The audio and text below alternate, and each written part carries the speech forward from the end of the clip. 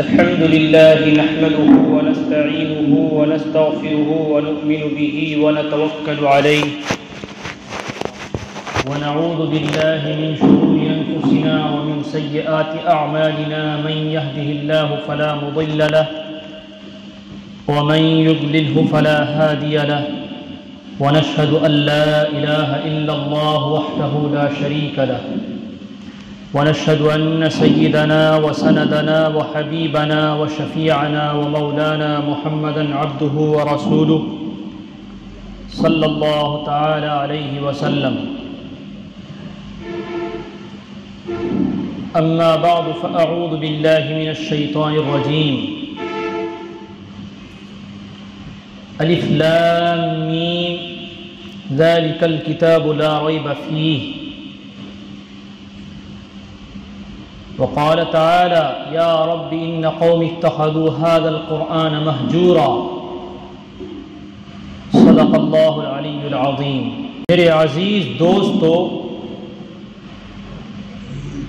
اللہ تعالیٰ نے ہم لوگوں کو ایمان کی دولت سے مالا مال فرمایا.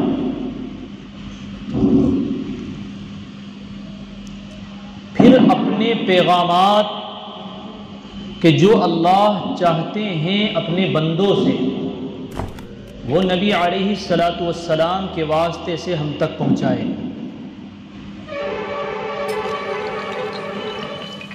اور اپنا مقدس کلام قرآن کریم اللہ تعالیٰ نے نبی علیہ الصلاۃ والسلام پر نازل فرمایا، اور اس کے اندر امت کو، ہمیں اور آپ کو اپنا پیغام سنایا.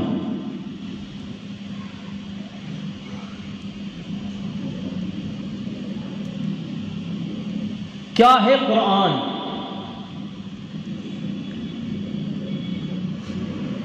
کیا اہمیت ہے قرآن کی؟ کیا عظمت ہے قرآن کی؟ اس چیز کو اپنے دلوں کی تختیوں پر لکھنے کی ضرورت ہے. یوں تو سننے کے لیے ایک لفظ ہے کہ یہ قرآن ہے، کتاب کی شکل میں گھر کے اندر، مسجدوں کے اندر رکھا ہوا ہے، قرآن ہے. لیکن ہمارا تعلق اس سے صرف عقیدت تک کا ہے کہ ہم دل سے یہ کہتے ہیں، یہ مانتے ہیں کہ ہاں یہ اللہ کا کلام ہے، قرآن ہے، لیکن اس سے فائدہ ہم لوگ نہیں اٹھاتے.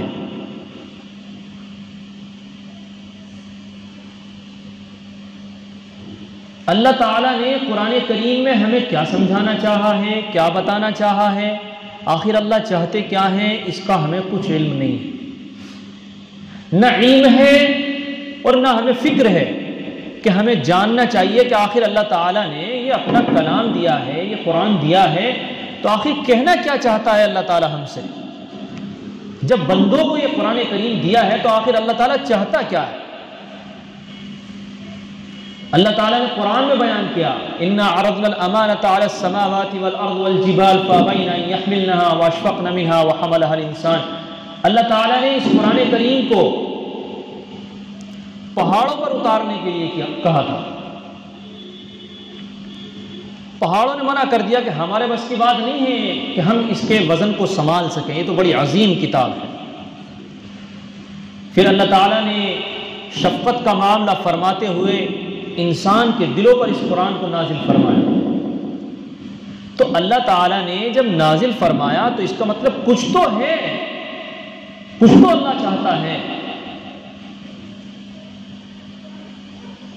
اللہ کیا چاہتا ہے یہی ہمیں سمجھنے کی فکر کرنی ہے اپنے اندر.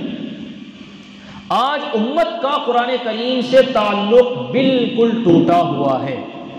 قرآن کریم سے ہم بالکل دور ہیں. سورہ فاتحہ نماز میں پڑھ رہے ہیں، لیکن اللہ تعالیٰ اس میں کہہ کیا رہا ہے ہمیں کچھ پتہ نہیں.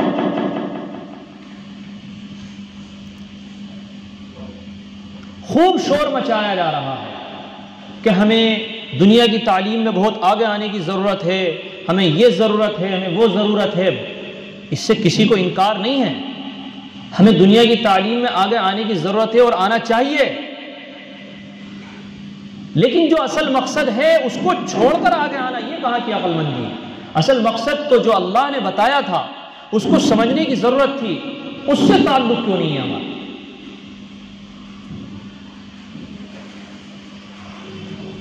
تو قرآن کریم کے اندر جو اللہ تعالیٰ نے پیغامات دیے ہیں ان کے بارے میں ہمیں رتی برابر علم نہیں ہے، اور نہ ہمیں اس کو سیکھنے کی فکر ہے۔ اس کی فکر ہمیں پیدا کرنی چاہیے اور اپنے دل کے اندر یہ طلب پیدا کرنی چاہیے کہ اللہ تعالیٰ نے قرآن کریم کے اندر جو بیان کیا ہے اس کا علم ہمیں ہونا چاہیے۔ اب اس کا ایک طریقہ تو یہ ہے کہ ہم لوگ عربی سیکھیں، عربی سیکھ کر کے قرآن کریم کو پڑھیں، اس کا ترجمہ سمجھیں،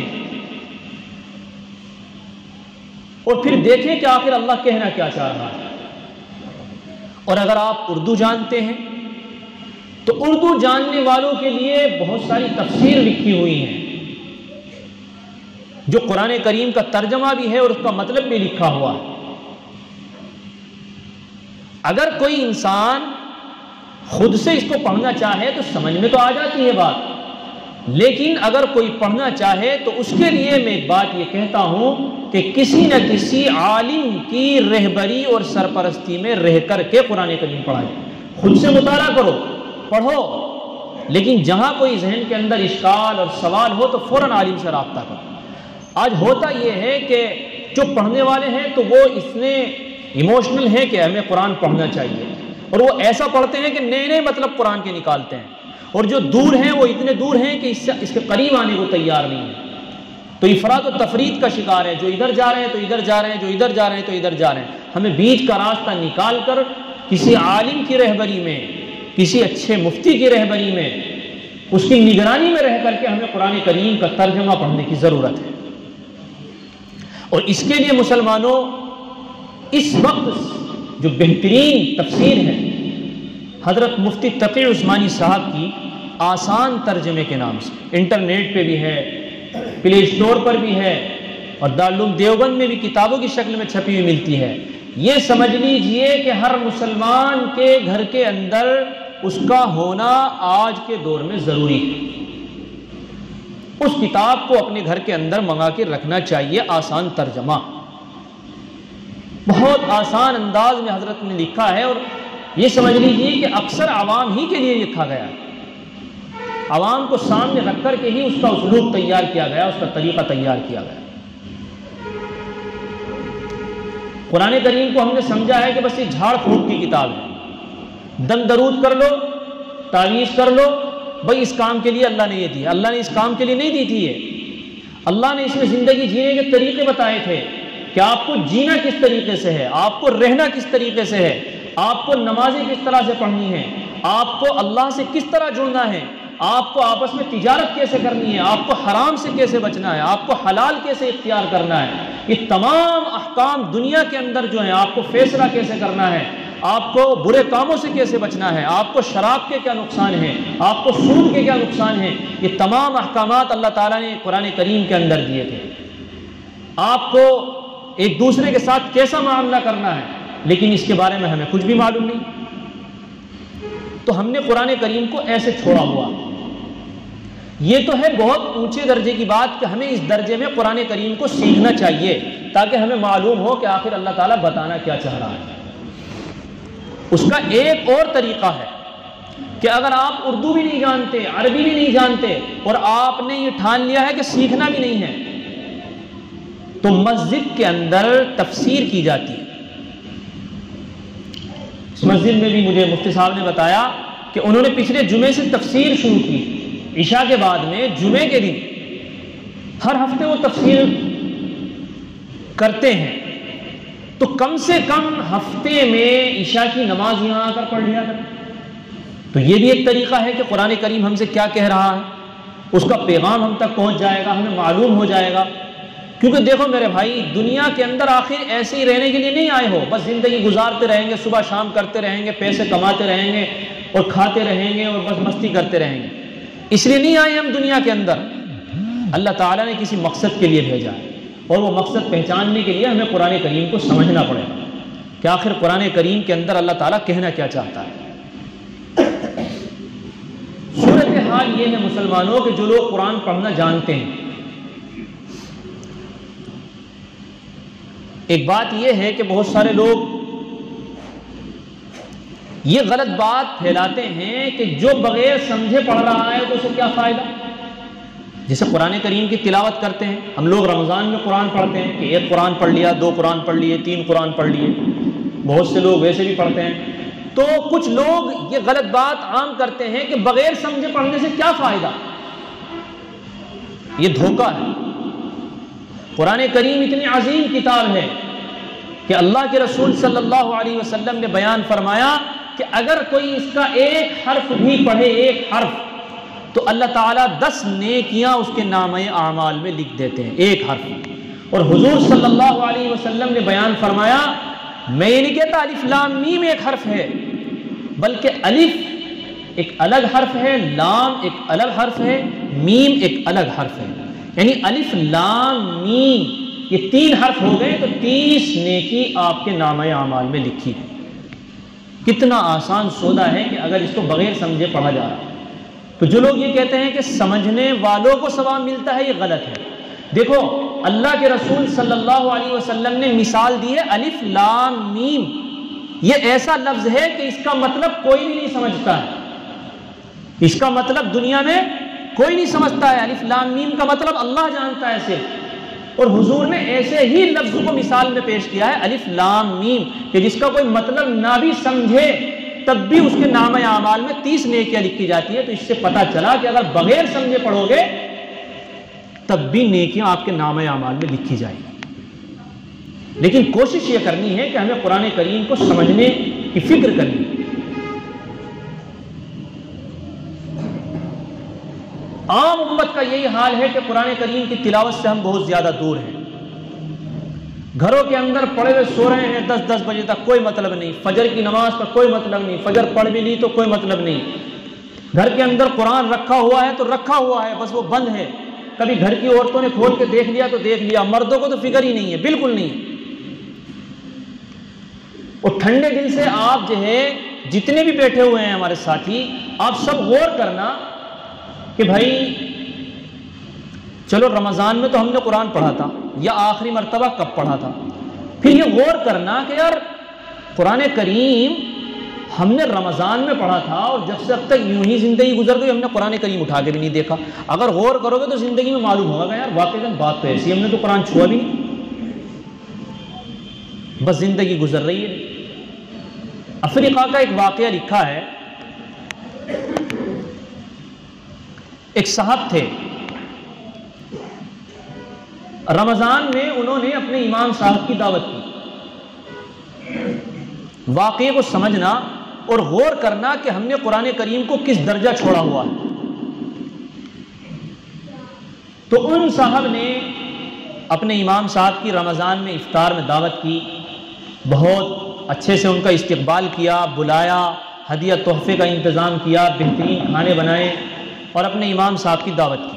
بہرحال جو مہمان خانہ تھا وہاں پر کھانا لگایا گیا، امام صاحب کا افطار ہوا، کھانا کھلایا گیا، امام صاحب چلے گئے۔ جانے کے بعد میں ان صاحب کی بیوی نے کہا کہ ہمارے یہاں پر کچھ پیسے رکھے ہوئے تھے،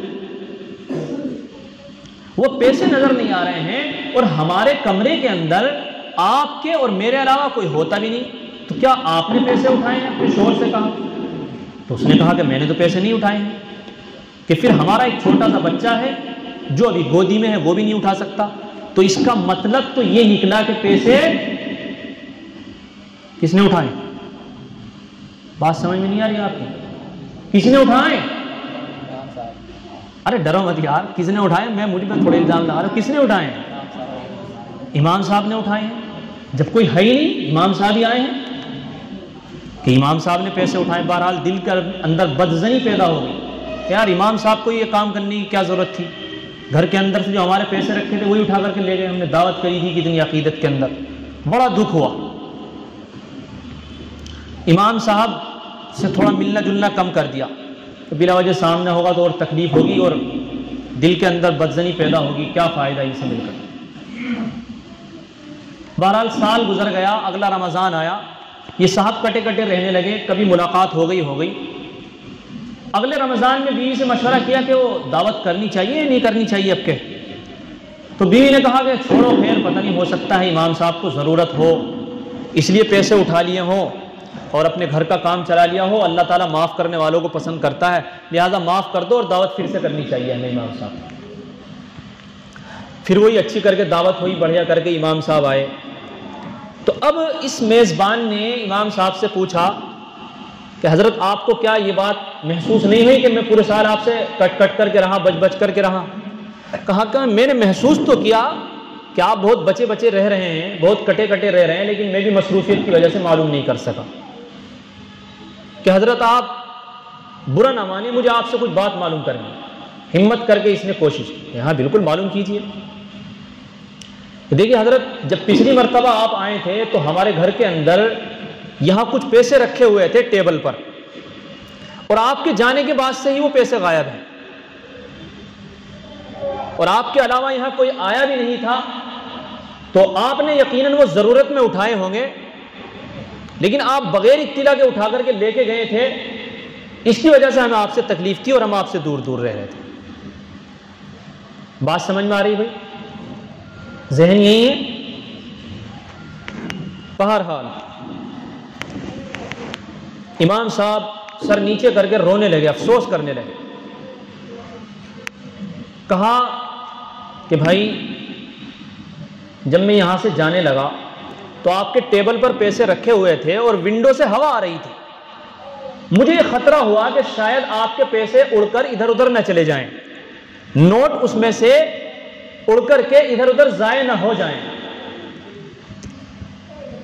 لہٰذا میں نے ان کو اٹھایا اور اٹھانے کے بعد ان کو تمہارے ہی گھر میں ایک جگہ رکھا تھا، اور اب جو میں رو رہا ہوں اس لیے نہیں رو رہا ہوں کہ تم نے میری عزت کے ساتھ کھلواڑ کیا، تم نے میرے بارے میں غلط گمان کیا، اس لیے مجھے افسوس نہیں ہو رہا ہے، بلکہ مجھے افسوس اس بات پہ ہو رہا ہے کہ آج 360 دن گزر گئے اور 360 دن کے بعد میں تمہارے گھر میں آیا ہوں، میں نے وہ پیسے تمہارے یہاں قرآن کریم کے اندر رکھے تھے، 365 دن میں تم نے ایک دن بھی قرآن کریم کھول کے ہی نہیں دیکھا۔ میں اس بات پہ رو رہا ہوں کہ تمہارا قرآن کریم سے تعلق کیا ہے۔ تو مسلمانوں، یہ ہمارا حال ہے قرآن کریم، اور یہ ان کا نہیں۔ آپ سوچ کے دیکھو ذرا، ایک منٹ کے لیے تصور کرو کہ آپ کے گھر میں کتنے دن سے قرآن کریم رکھا ہوا ہے اور آپ کتنا پڑھتے ہیں۔ ایک رکوع پڑھتے ہوئے ہمیں موت آتی ہے، دکان پہ بیٹھے ہیں تو گانے بجانے کے لیے ہمارے پاس وقت ہے، موبائل میں ویڈیو دیکھنے کے لیے ہمارے پاس وقت ہے، کاروبار میں موج مستی کے لیے ہمارے پاس وقت ہے، اور قرآن کریم کا ایک رکوع پڑھنے کے لیے ہمارے پاس وقت نہیں ہے۔ اللہ نے یہ قرآن کریم ہم پہ ویسے ہی نازل کر دیا، بس ویسے ہی ہمیں دے دیا ہے، رکھا ہوا ہے، مسجد میں سجا ہوا ہے، گھروں کے اندر جزدان میں بند ہے، بس وہ رکھا ہوا ہے، اس لیے آیا ہے قرآن کریم۔ جب قیامت کا میدان ہوگا، قرآن کریم آئے گا، کیا شکل ہوگی، کس طرح سے گفتگو کرے گا، یہ ہمیں معلوم نہیں، اللہ جانتا ہے۔ اللہ تعالیٰ نے قرآن کریم کے اندر ہی ایک آیت میں بیان فرمایا، یا ربی ان قوم اتخذوا ھذا القرآن مہجورا۔ قرآن کہے گا اللہ سے کہ اے میرے رب، یہ وہ قوم ہیں کہ جنہوں نے مجھے ڈال کر کے ایک طرف چھوڑ دیا تھا، یہ مجھے دیکھتے تک نہیں تھے، اور جس کے خلاف قرآن کریم کھڑا ہو کر کے گواہی دے وہ بخشا جائے گا،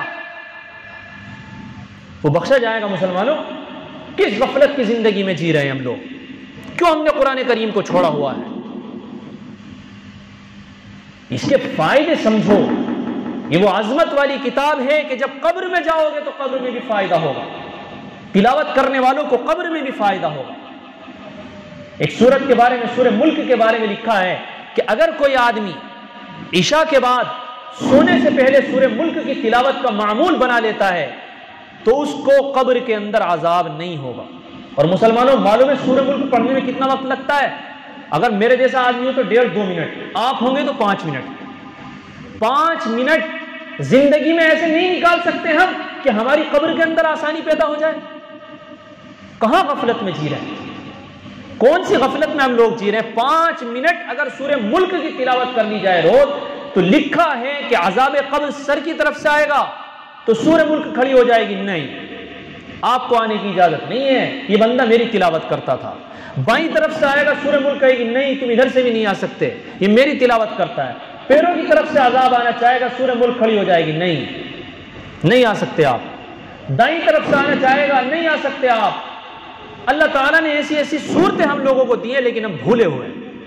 عذاب قبر نہیں آئے گا، جبکہ قبر آپ جانتے ہیں کتنا سخت معاملہ ہوتا ہے۔ ذرا قبرستان سے جب گزرتے ہو نا تو سوچتے ہوئے جایا کرو کہ ہمارے دوست احباب رشتے دار تھے، کیسے پڑے ہیں پتہ بھی نہیں کہاں ہیں، کیا حالت ہو رہی ہوگی قبر کے اندر، نکل کر کے بھاگ بھی نہیں سکتے، چھوٹے سے گڑھے کے اندر بند کر کے ڈال دیا جاتا ہے۔ لیکن جو چیزیں روشنی کر سکتی ہیں ہم نے ان کو چھوڑا ہوا ہے۔ مسلمانوں غفلت سے نکلو، کوئی ساتھ دینے والا نہیں ہے۔ لکھا ہے کہ اگر کوئی آدمی ہر نماز کے بعد آیت الکرسی کا معمول بنا لے، آیت الکرسی پڑھے، تو اللہ تعالیٰ مرتے وقت اس کو کلمہ یاد دلا دیتے ہیں۔ لیکن ہمیں احساس ہی نہیں ہے، ہم نے قرآن کو چھوڑا ہوا ہے۔ اس لیے میرے عزیزوں قرآن کو سمجھو، قرآن سے جڑو، روزانہ چاہے ایک رکوع کی تلاوت کرو لیکن تلاوت ضرور کرو۔ اچھا ہاتھ اٹھا کے وعدہ کرو کون کون تلاوت کرے گا آج؟ بس اتنے لوگ کریں گے؟ ارے بھائی ہاتھ اٹھانا ہمارا کام ہے، توفیق اللہ دے گا، ہاتھ تو اٹھاؤ۔ پکا وعدہ کر رہے ہیں، اللہ کے گھر میں وعدہ کر رہے ہیں، اللہ دیکھ رہا ہے، مجھے نظر نہیں آ رہا ہے کس کا ہاتھ ہے، اللہ تو دیکھ رہا ہے نا۔ ہاں یہ نیتیں کر کے اٹھو کہ ضرور چاہے ایک رکوع پڑھیں۔ دکان کھولیں گے وہیں قرآن کریم رکھو۔ آج کے دور میں موبائل میں بھی قرآن کریم ہوتے ہیں، موبائل میں بھی پڑھا جا سکتا ہے، وہیں کھولو ایک رکوع تلاوت کر لو روز۔ الحمدللہ سے شروع کر دو، الف لام میم سے شروع کر دو، غفلت کو چھوڑ دو، قرآن کریم کی تلاوت کا معمول بناؤ، روز چاہے ایک رکوع پڑھو۔ آپ ایک رکوع پڑھیں گے اللہ دوسرے کی توفیق دے گا، اور ایک وقت آئے گا کہ آپ ایک ایک پارے کی تلاوت کرنے لگیں گے۔ شروع تو کرو، آغاز تو کرو۔ اور دوسری بات، قرآن کریم خود سے ترجمہ پڑھنے کی کوشش کریں کسی عالم کی رہبری میں رہتے ہوئے۔ اور تیسری بات، اگر نہیں پڑھتے ہیں تو مسجد کے اندر قرآن کریم کی تفسیر ہوتی ہے۔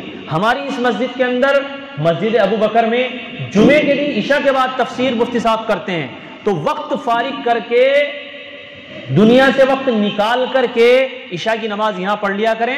قرآن کریم کا پیغام دلوں تک پہنچے گا تو دلوں میں سکون پیدا ہوگا، زندگی آسان بنے گی۔ اللہ تعالی ہم سب لوگوں کو قرآن کریم سے تعلق مضبوط کرنے کی توفیق عطا فرمائے۔ وآخر دعوانا الحمدللہ رب العالمین۔ سنت علیہ۔